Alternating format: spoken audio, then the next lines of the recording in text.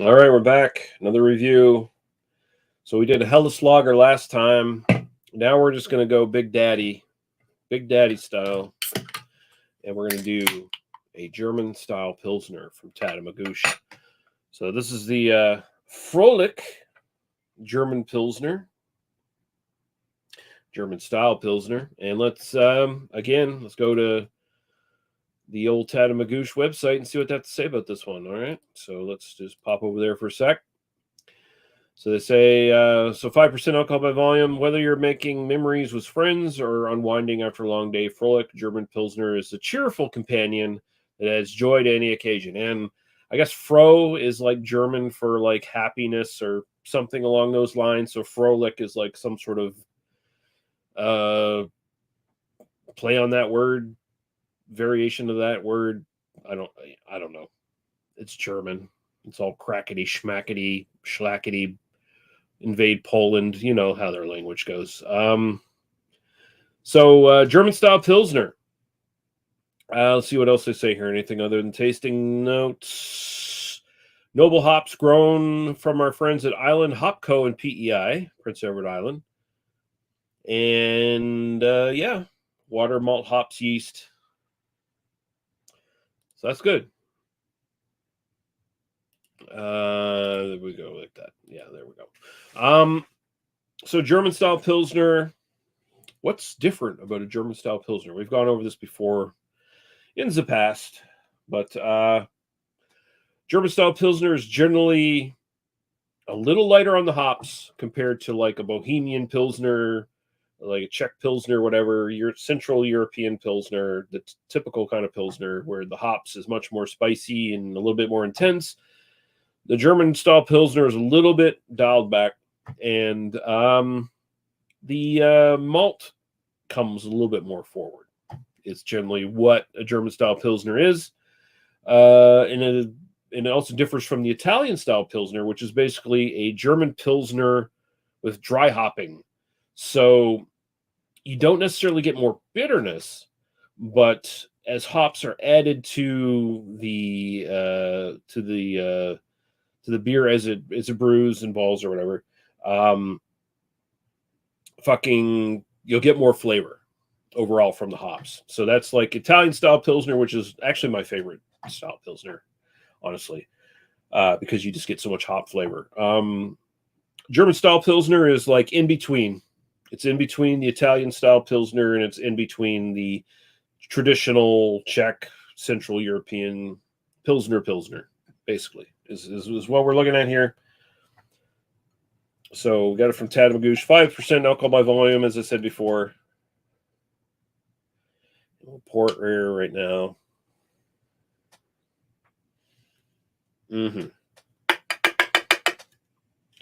And so Church Brewing's Pilsner, which I'm very fond of, is a German-style Pilsner. And it looks a lot like this one. It looks that orangey copper on screen. It's actually a golden straw color in real life. And I am not pale like a vampire, like I'm shown on screen. I'm actually very tanned and handsome. Yes. No, actually, if we're going by the logic of, it's darker on screen, I'm actually way more pale in real life. I'm like a fucking ghost. Go the aroma.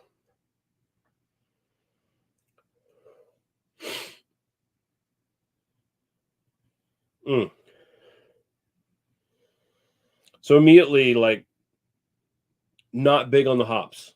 The hops are there, a little bit of slightly spicy noble hop character there, but it's very light compared to like an Italian or a like Czech Pilsner. It's much more about the malt, and it's just like a light biscuity malt, a little bit of like flowery kind of grassy stuff going on there as well. So yeah, that's pretty much on point from what a German Pilsner should smell like. Cracker. I am indeed a cracker. But a saltine cracker. Lots of salt. Crackery. Whoops.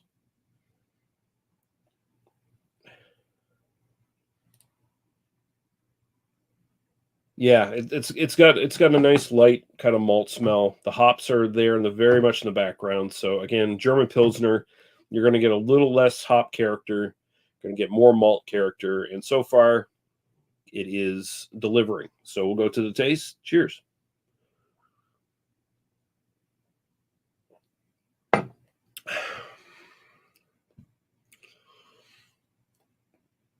Yep.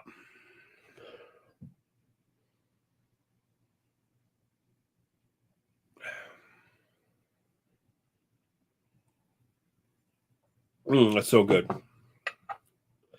Love me a German Pilsner. This is really good. This is up there with the church congregation German Pilsner. Actually, probably slightly better. It's more flavorful. Honestly, this is kind of where I'm sitting at here. It's got a good biscuity malt character with like this overlying kind of like honeyish note, but it's not like a super sweet honey. It's just like biscuity, bready, a little bit of honey, a little bit of grain, teeny bit of grassiness. Ends on a good but not as intense noble hop kind of finish. It's nice and dry, little teeny bit herbal, but not as herbal as like a Czech Pilsner. So like they're hitting all the notes here.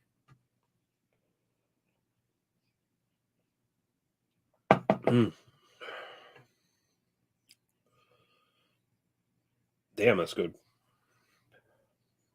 I might have a new favorite Pilsner.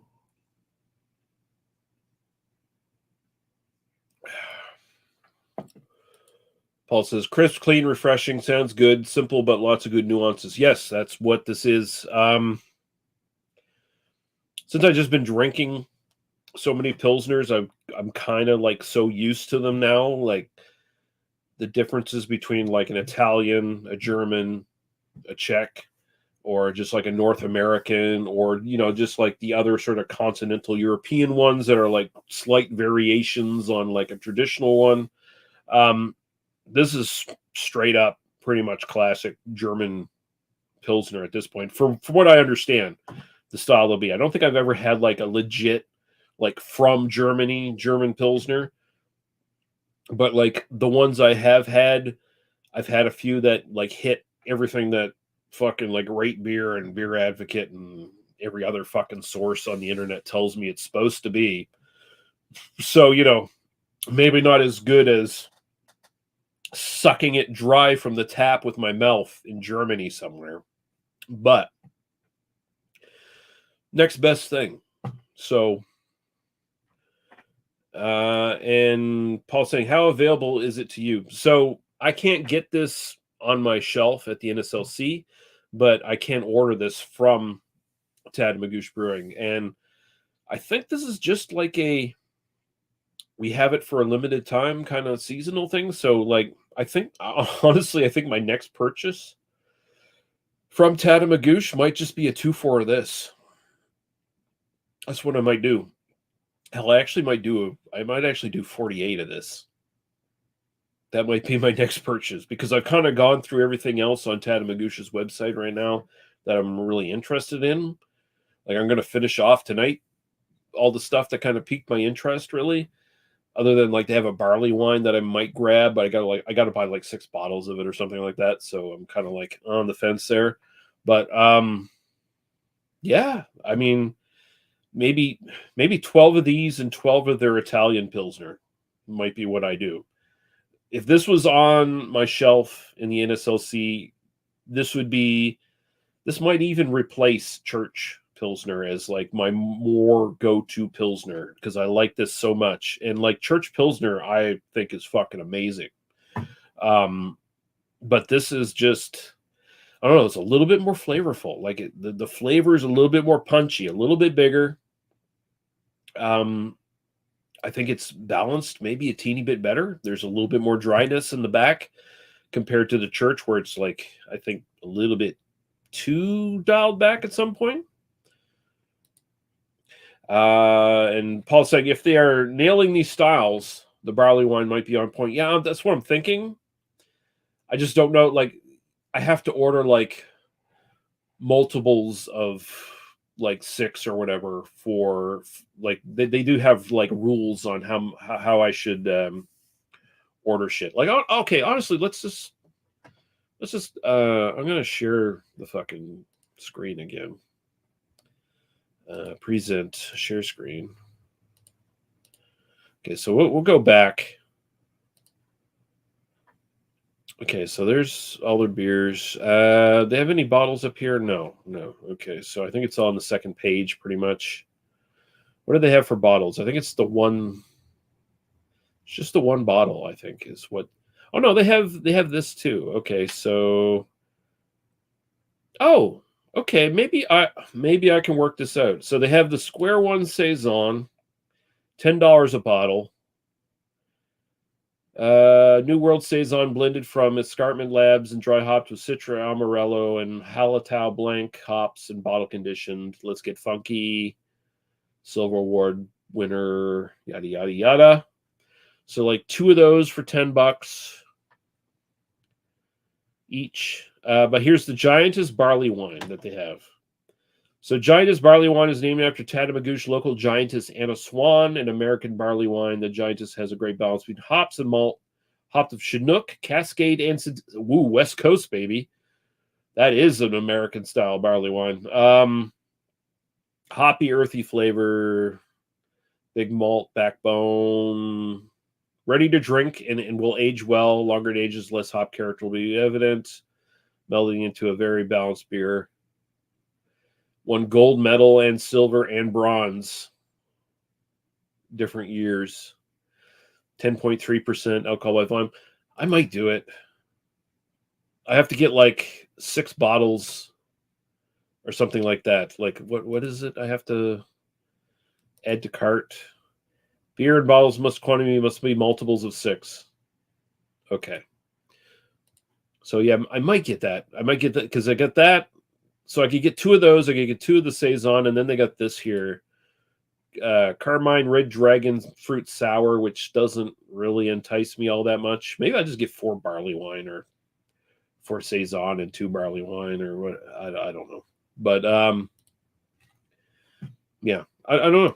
But we'll see. I am interested in getting that. It's pretty much the only one I'm interested in getting, other than if like something new and cool comes up on their website, because they're always like every time I check their store, pretty much there's like something new pops up. So, but anyway, back to this fucking beer. This is another 10 for style. Everything that I've read, everything that I've tasted that is purported to be German style Pilsner is this here. Exactly here. And it's done the best here that I've had so far. That is a 10 out of 10 for style. It's incredibly refreshing. It's light. It goes down quick, but it's 5%, so it's not super light, but it's light. It goes down quick. It's very refreshing. It's well balanced. The malt character is pretty exquisite. Has some nuance to it. The hop character is nothing to sneeze at. It's still got some of that traditional Pilsner-esque noble hop character there. It's just a little dialed back as the style is supposed to be. And my personal preference,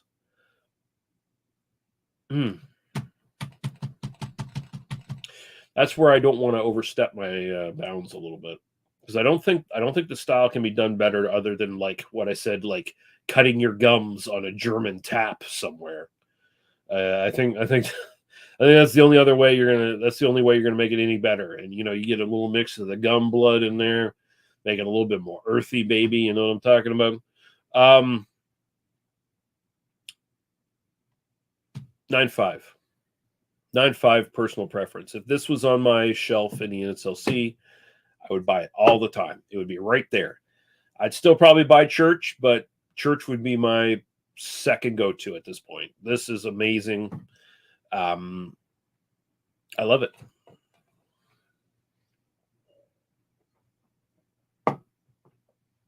Yeah.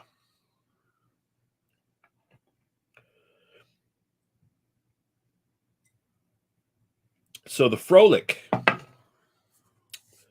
German style Pilsner from Tatamagouche Brewing. 10 for style, 9.5 for personal preference. I'm willing to say that maybe something else might beat this, but so I'm just leaving the window open a little bit. Just a little crack. But this is as close to perfection, I think, as I'm going to get. Yeah. 10, 15 minutes or so, maybe we'll be back with the next beer in the lineup for tonight. So thanks for watching, and we'll be back. See you then.